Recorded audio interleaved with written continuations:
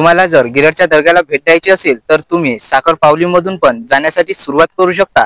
इथून आपण चालत गेलो तर पायऱ्यांनी पण चालत आपण चांगला आनंद घेऊ शकतो आणि चांगला निसर्गाचा पण आनंद घेऊ शकतो। इथे पाहण्यासाठी चांगलं दृश्य आहे।